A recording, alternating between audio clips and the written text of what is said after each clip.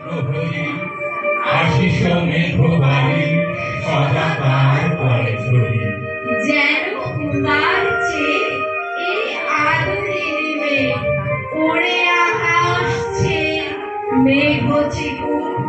নমো নমো নমো বাংলাদেশ নমো চির মনোরম চির মধুর গ্রীষ্মের মাঝে মামা কাল বসে কি ধরে সহসা বর্ষাতে কাঁদিয়া ভেঙে পড়ে শরতে হেসে চলে শেফালিকা তলে কাহিয়া আগমনে গীতি বিধু।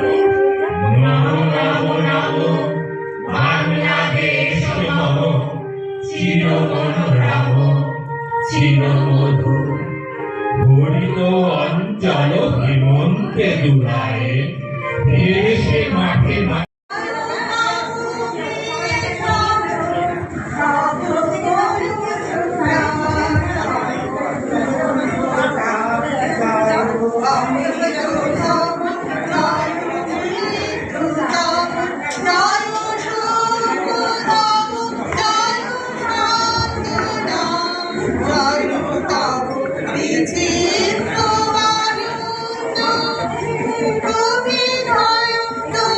অধ্যাপক শ্রী পার্থ চক্রবর্তী মহাশয়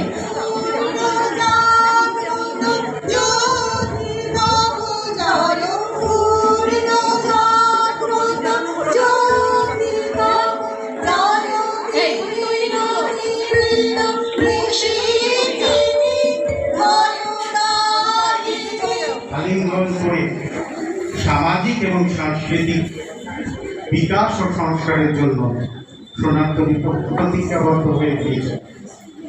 ফলে আমরা যে সময় করি না কেন, যে সময় এই উদযাপন করি না কেন, সেটা আনুষ্ঠানিক হয় না, হৃদয়ে প্রকাশ হয়, চেতনার প্রকাশ হয়।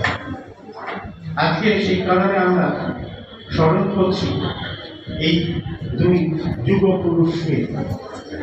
রবীন্দ্রনাথ সম্পর্কে এবং কাজী নজরুল সম্পর্কে বিস্তারিত বলার এখানে সুযোগের নেই, এই কারণে নেই। আপনারা যারা উপস্থিত আছেন তারা সবাই জানেন, শুধু তাই নয়, অত্যন্ত গভীরভাবে স্বল্প কথায়